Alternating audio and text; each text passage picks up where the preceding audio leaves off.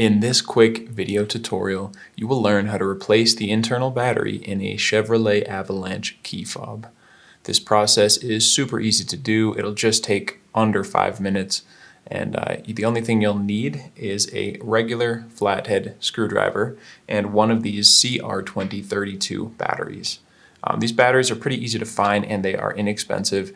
If you'd like to get one online, go check out the link I've left in the description. That link will take you over to Amazon, where you can get this exact battery, the one that works with this particular device, for just a couple of bucks.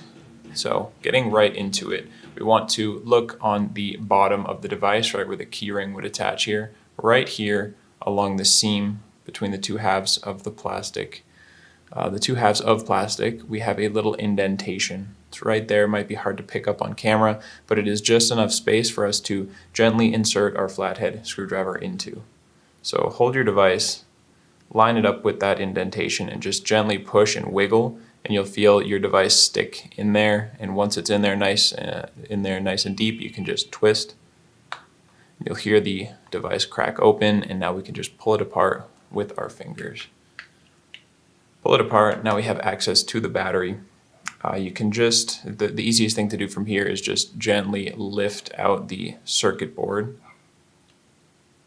out of this little rubber housing. There we go.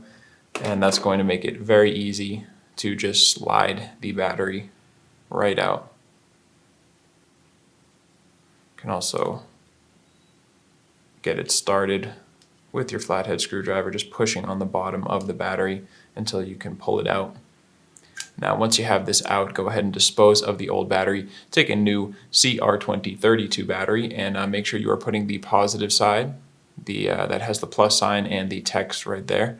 Make sure you're putting that face up. So you want to slide that into place, positive side up, and now we can just go about putting it all back together. So take the front half of the device that has this rubber part and just set the circuit board right into there. And now pick up the back, set it on top, and just squeeze it all back together. That is it. That's all it takes. I hope this helped you out. If it did, let me know by giving this video a like, or you can just tell me down in the comment section. We always check those out.